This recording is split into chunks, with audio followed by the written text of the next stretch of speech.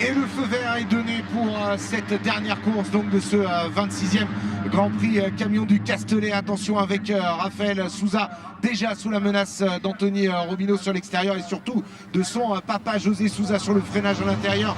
Normalement ça a l'air d'être bon pour Raphaël Souza. José va en profiter pour gratter une position et passer devant Anthony Robinot. Derrière, vous l'avez vu, Thomas Robinot a déjà gagné lui aussi une place. Et puis très bon départ il me semble également pour Yorick Montagne qui est déjà en 4e position, qui vient mettre la pression sur Anthony Robinot, ramenant d'ailleurs juste derrière lui Elder Rodriguez. Et si je ne dis pas de bêtises, également Aurélien Ergot. Elder Rodriguez qui, il me semble, est en train d'être attaqué par Lionel Montagne juste avant d'arriver sur la courbe de Signe. On va voir si le Renaultais va passer devant du team Aravi.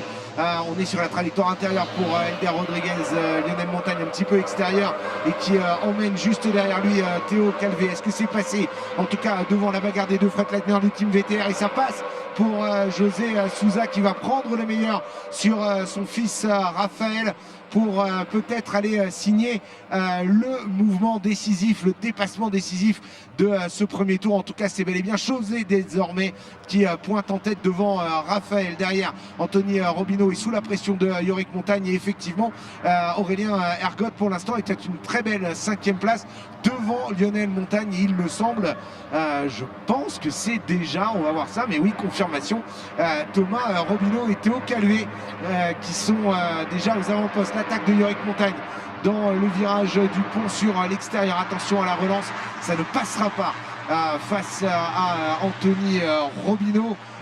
Yorick qui a tenté le tout pour le tout sur ce coup-là. Ça permet cette bagarre aux deux VTR de prendre un petit peu le large, avec José Souza leader devant Raphaël Souza, et derrière donc ce duel en cours pour la 3e marche du podium entre Anthony Robinot et Yorick Montagne. Attention pour Aurélien Ergot qui est sous la menace désormais de Lionel Montagne. Thomas Robinot qui est passé devant Théo Calvé qui est désormais 7e devant le champion de France sortant. Elder Rodriguez a perdu plusieurs positions sur ce départ. À noter néanmoins le très bon départ pour Mathieu Bernard qui est toujours dans le top 10, et derrière excellent départ et premier tour également pour Lucas Rivals qui est déjà remonté en 12e position. C'est un petit peu plus compliqué pour Antoine Languilla, 17e sur la ligne. Ça commence à s'échapper un petit peu devant pour José Souza et Raphaël Souza, alors que là maintenant on a une bagarre à, allez, on va dire 4-5 camions presque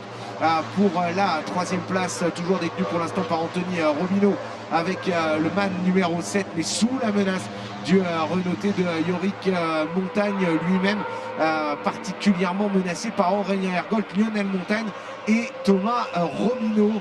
Il faudrait que Yorick parvienne à trouver assez, je pense, rapidement l'ouverture sur Anthony Robinot, mais il défend magistralement sa position, le pilote-man, le cousin de Thomas, et ça fait les affaires du reste de Thomas qui va pouvoir revenir au contact et peut-être dans quelques instants tenter une attaque pour récupérer la 6e place sur Lionel Montagne. Il est ici à l'extérieur. On regarde ce qui se passe évidemment devant entre les numéros 7 et 24 sur l'extérieur, et Thomas Robinot qui plonge à l'intérieur. Là, ce qui va parvenir à relancer le camion face à Aurélien Ergot qui est obligé d'élargir pour éviter le contact dans le virage du pont. Aurélien est passé vraiment sur l'extérieur. Est-ce qu'il a parvenu à garder sa position? Ils sont 4 en bagarre pour cette 3e place, alors que ouais, Anthony Robinot parvient toujours à garder le meilleur, et Théo Calvé qui dans l'attaque de Thomas Robinot a réussi sans doute à se relancer un petit peu mieux et passer devant Aurélien Ergot et Thomas Robinot.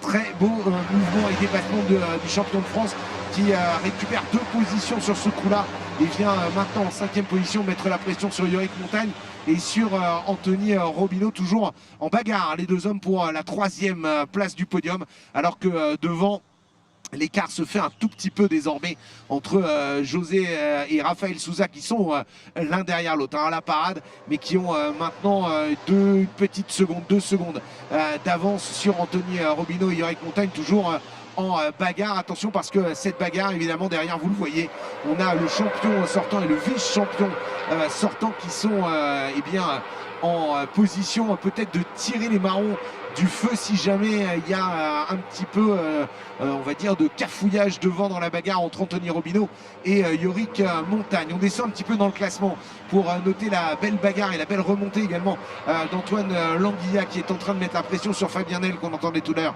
sur la grille pour gagner quelques positions et rentrer. Il est 13e désormais alors que du côté de Lucas Rivals, on vient de passer 12e devant Anthony Romé. On retrouve la bagarre entre nos deux duellistes de la saison passée et même des dernières saisons devrait-on dire, Théo Calvé et Thomas Robinot dans le virage du pont sur l'extérieur. Pour Thomas, ça ne passera pas, mais il est blotti derrière le fretliner numéro 20. S'il parvient à se décaler un petit peu, il y aura une tentative sans doute pour passer au freinage du premier virage. On va voir ça évidemment, on se décale pour protéger la trajectoire et la zone de freinage, la ligne intérieure comme on dit du côté de Théo Calvé, et je pense que ça ne passera pas sur l'extérieur. Voilà, on va se remettre derrière pour Thomas Robinot. Du côté d'Anthony Robinot, il me semble qu'on a touché la pile de pneus en l'envoyant du premier virage, l'envoyant un petit peu valdinguer, ce qui devrait permettre peut-être à Yorick Montagne d'en profiter, en tout cas d'être bien placé pour porter une attaque. Alors on l'a dit, il faut faire attention à la limite de piste, et on nous a passé subrepticement une information concernant éventuellement, alors j'aimerais en avoir la confirmation, mais un drive-through pour non-respect de la route de course pour Lucas Rivals. J'en suis pas convaincu. On va attendre d'avoir vraiment la confirmation de la direction de course sur nos écrans data. En tout cas, attention, Yorick a peut-être perdu un petit peu le contact, parti un tout petit peu au large dans le double droite du Bossé, et Théo Calvé en profite au même titre que Thomas Robinot. 2 positions de gagné pour, ou plus exactement 2 positions perdues pour Yorick Montagne, 2 évidemment pour Théo Calvé et pour Thomas Robinot, une chacun. Ils sont toujours en bagarre les 2 hommes, mais maintenant donc pour la 4e place, il n'a pas rendu les armes Yorick, essayé d'aller récupérer son bien face à Thomas Robinot, mais ça n'est pas passé. Et attention parce que désormais il se retrouve sous la menace d'Aurélien Ergotte. Aurélien qui a bien du mal, mais qui pour l'instant s'en sort extrêmement bien à contenir les assauts de Lionel Montagne derrière lui en 7e position. Aurélien juste devant Lionel Montagne, et donc désormais entre les deux renotés du team Aravi. Devant, on continue à regarder ce qui se passe avec José Souza, alors qu'on nous passe l'information que Lucas Rivals vient apparemment de rentrer dans les stands. Je vais essayer de regarder ça pour voir si effectivement le pilote du Albi Motor Racing passe devant ma cabine, auquel cas ça serait la pénalité qu'on nous a subrepticement annoncée, à moins que ce soit un souci mécanique. On va essayer d'avoir la confirmation de ça. Non, c'est ça, il passe devant moi, donc c'est effectivement l'observation de son drive-through. Attention, petite information et avertissement pour Thomas Robinot dans sa bagarre avec Théo Calvé pour conduite antisportive. On va au contact, peut-être un peu trop au contact. Ah ouais, c'est dommage, c'est vraiment dommage, elle était fermée la sortie des stands, et il va perdre encore quelques secondes dans l'affaire Lucas Rivals, qui va devoir repartir à l'assaut du circuit et recommencer ce qu'il avait très bien fait sur le départ, à savoir essayer de remonter tout le peloton. Attention, c'est chaud entre Théo Calvé et Thomas Robinot, on se décale dans tous les sens. Petit contact pour essayer de s'ouvrir les portières, et vraisemblablement les portes, et vraisemblablement ça va marcher pour Thomas Robinot, qui a emmené dans le double droite du Bossé un petit peu sur l'extérieur Théo Calvé, qui va néanmoins essayer de défendre le point de corde au maximum sur l'entrée dans la courbe du Galaban. Ils sont tous les deux côte à côte, mais Thomas Robinot parvient à passer devant, alors que derrière Anthony Robinot qui s'est fait dépasser, on l'a dit il y a quelques instants, et maintenant sous la menace de Yorick Montagne et d'Aurélien Ergotte. Le virage du pont pour le numéro 2, Thomas Robinot devant Théo Calvé. Regardez derrière l'attaque immédiate de Yorick Montagne. sur Anthony Robineau pour essayer d'aller récupérer tout de suite la 5e place. Aurélien Ergot essaye de protéger la ligne intérieure au même titre qu'Anthony Robineau essaye devant de protéger également la ligne intérieure. Les deux, eh bien, c'est tout simplement pour résister aux attaques des Renaultais du team Aravi. Mais c'est passé pour Yorick Montagne qui va aller récupérer la 5e place dans le premier virage. En revanche, derrière, attention, on a vu une attaque peut-être de Lionel Montagne qui était en train de se décaler pour essayer de prendre le meilleur sur le DAF frappé du numéro 68 des camions de course franciliens. Est-ce qu'il est passé? Non, il n'est pas passé. Il est toujours en 7e position. Aurélien derrière Anthony Robineau. Devant, Raphaël Souza a récupéré la tête de course à José Souza. On change de bon procédé peut-être entre le père et le fils. Le fils n'ayant pas énormément défendu tout à l'heure face à José Souza. En tout cas, il a bel et bien le numéro 21 récupéré la tête de course devant son père. Thomas Robineau est en 3e position avec toujours Théo Calvé. On commence à avoir des écarts qui se creusent un petit peu en tête, alors que derrière, eh bien, la bagarre est toujours superbe entre Anthony Robineau, Yorick Montagne, Aurélien Ergot et Lionel Montagne dans cet ordre. On descend un petit peu plus bas dans le classement parce que, on l'a dit, après son drive-through, Lucas Rival s'est sans doute lancé dans une folle remontée. C'est le cas. Et il est à la bagarre avec Kevin Bassanelli pour rentrer dans le top 15, le pilote du Albi Motor Racing. Est-ce que on va voir s'il va avoir la possibilité de remonter au contact, pourquoi pas essayer d'aller chercher la 2e place du junior. Ça fait beaucoup de place à gagner, puisque pour l'instant le 2e du junior c'est Antoine Languilla avec le numéro 95, un petit peu isolé en 12e position, alors que cette catégorie junior est emmenée par Elder Rodriguez avec la 10e place.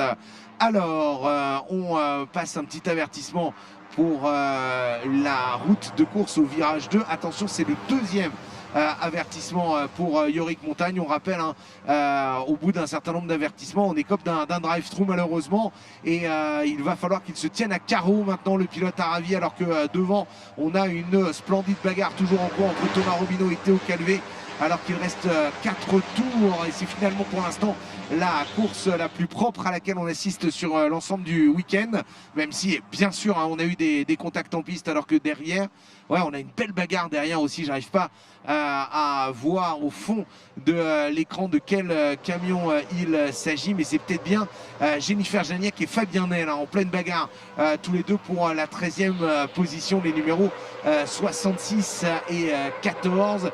Évidemment, on suit également ce qui se passe devant avec toujours Anthony Robineau et son nouveau man sous la menace du DAF 68 et de Lionel Montagne.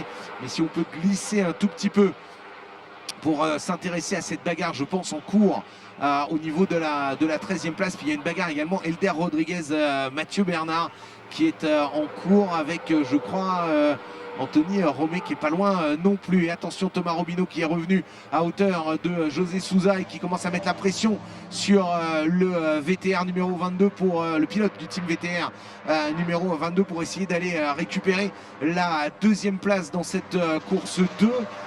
Évidemment, ça bouchonne un peu, on défend sa place du côté de José Souza, et ça fait les affaires de Théo Calvé qui est revenu également au contact du man frappé du numéro 2. Il nous reste encore 3 tours à tenir pour José Souza. Raphaël Souza maintenant à 2 secondes d'avance.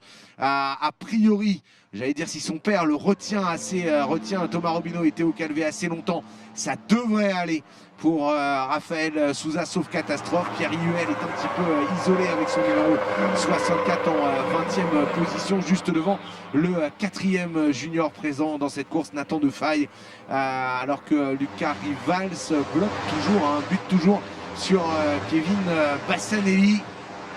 En tout cas, très très belle course pour les hommes de tête. Antoine Languilla a passé, il me semble, Anthony Romé, et est en train de venir mettre la pression désormais sur Elder Rodriguez. Bagarre pour la victoire au classement junior dans cette course 4 entre les numéros 48 et 95. ça va être intéressant de voir si Antoine Languilla a la possibilité de revenir au contact d'Elder Rodriguez. Attention devant avec, il me semble, l'attaque de Théo Calvé sur Thomas Robineau pour le gain de la 3e place. C'est pas passé vraisemblablement. On regarde derrière également Anthony Robineau, Aurélien Ergotte toujours en bagarre sous les yeux de Lionel Montagne. Est-ce que c'est passé? Oui, c'est passé pour Théo Calvé qui vient de repasser devant Thomas Robineau au moment où les camions rentraient dans la courbe du Garlaban. Est-ce qu'ils vont y rester? Est-ce qu'on va conserver cette position? Attention, il y a quand même eu pas mal de contacts en piste. On voit le Freightliner numéro 20 assez impacté au niveau de la carrosserie. Mais a priori, attention sur l'extérieur au virage du pont, ça passera pas.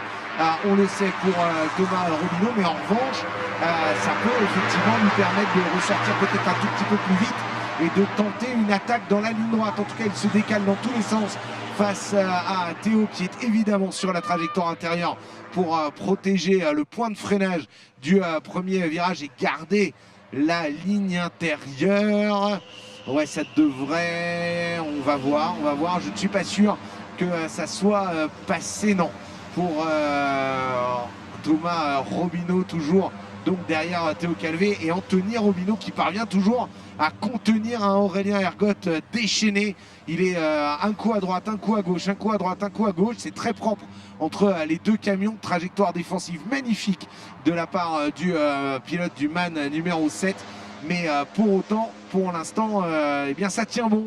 Et il n'arrive pas à trouver l'ouverture, Aurélien Ergotte. Attention quand même parce que derrière, c'est Lionel Montagne qui pourrait en profiter dans les derniers tours pour essayer d'aller dépasser le DAF numéro 68. Alors, ça se calme un tout petit peu sur la tête de course. On creuse devant pour Raphaël Souza avec désormais 3 secondes d'avance devant José. Et on retrouve cette bagarre dont je vous parlais tout à l'heure avec Jennifer Janiek et Fabien Nel en bagarre, le numéro 66 et 14 pour la 13e position, et qui voit revenir Lucas Rivals avec le numéro 15. Il est à nouveau en train de remonter petit à petit le peloton. Le pilote en tête pour l'instant du classement junior, en tout cas à l'issue de la première journée, celui qui pointait en tête, Lucas Rivals, malgré son drive-through, eh bien, il enquille les tours, on va pas dire chrono, mais pas loin. Et ça lui permet de revenir petit à petit au contact. Puis belle bagarre derrière pour la 18e position entre Pierre Parsus, le numéro 69, et Pierre Ihuel avec le long nose, le Volvo numéro 64. Bagarre pour la 18e position de course. Notre leader est toujours le numéro 21 de Raphaël Souza, José Souza, un petit peu isolé, oui, alors que malheureusement, je crois que c'est Xavier Fouché. On a vu un panache de fumée tout à l'heure dans la ligne droite, mais sans voir exactement de quel camion il s'agissait. Et je pense malheureusement que c'est une problématique de turbo pour le numéro 23, en tout cas qui est désormais immobilisé à l'extérieur du premier virage. Xavier Fouché, c'est dommage. En tout cas, devant, pendant ce temps-là, ça continue à attaquer entre Théo Calvé, Thomas Robineau. On commence à prendre un petit peu d'air du côté de Théo Calvé et Thomas Robineau, qui revoit en revanche Yorick Montagne lui en mettre plein la caméra arrière. Il est très proche désormais. On devrait assister dans quelques instants à une bagarre sans doute sur les tout derniers tours de course. Il reste 2 tours, un tour encore après celui-ci, peut-être pour la 4e place entre Thomas Robineau et Yorick Montagne. En tout cas, les Freightliner du VTR pour l'instant sont toujours en tête avec Raphaël devant José, mais attention, il m'a semblé entreapercevoir une attaque peut-être de Théo Calvé au moment où il sortait du double droite du Bossé sur le pilote numéro 22. Non, c'est Thomas Robineau qui revient au contact, au contraire, alors que drapeau rouge signalé. Et je pense peut-être est-ce à cause de la position de Xavier Fouché au premier virage, qu'on estime peut-être un petit peu trop dangereuse pour laisser la course se dérouler sous drapeau vert. Et la course qui, bien évidemment, puisqu'on est à l'abord du dernier tour, eh bien, va s'arrêter là. On arrête tous les camions Elle ne repartira pas cette course et donc ça nous donne une victoire pour Raphaël Souza devant José Souza et Théo Calvé. Il va vraiment falloir faire les comptes au niveau de l'ensemble des 4 courses pour il va y avoir un gros suspense sur le podium tout à l'heure pour savoir qui finalement remporte ce 26e Grand Prix camion du Castellet. En tout cas, voilà, on va passer la ligne à la parade pour Raphaël Souza et José Souza, le team VTR qui prend donc les 2 premières positions devant Théo Calvé 3e. Thomas Robineau termine en 4e position devant Yorick Montagne et en 5e position. Anthony Robineau aura fait une course admirable de défense avec son tout nouveau MAN pour rester aux portes du top 5 et conserver la 6e place face aux assauts d'Aurélien Ergotte et de Lionel Montagne, respectivement 7e et 8e. Et puis derrière, on retrouve un Mathieu Bernard, encore une fois extrêmement performant avec le numéro 89, ce MAN ex-Anthony Robineau 2024. Puisqu'il prend la 9e position juste devant le premier junior, Elder Rodriguez, qui aura réussi à garder son écart face à Antoine Languilla, 11e et 2e junior. Le 3e junior sera Lucas Rivals qui termine à la même position que son numéro de course, 15e, c'est-à-dire derrière Anthony Roumet, excellent 12e, Fabien Nel 13e et Jennifer Janiek 14e. Et puis on va être exhaustif, 16e place pour Guillaume Martin devant Kevin Bassanelli. Pierre Parsus aura résisté jusqu'au bout à Pierre IUL, il termine respectivement 18e et 19e. Enfin Nathan Defaille est le dernier classé, puisque évidemment Xavier Fouché malheureusement a cassé le moteur, ou en tout cas un turbo, et a causé donc ce drapeau rouge. Voilà, on se retrouve dans quelques instants au pied du podium pour les interviews et ensuite le podium bien sûr de cette course 4, mais surtout le podium du Grand Prix camion du Castellet, 26e édition, un Grand Prix qui a tenu incontestablement toutes ses promesses, et je pense qu'il va falloir sortir les calculettes effectivement pour savoir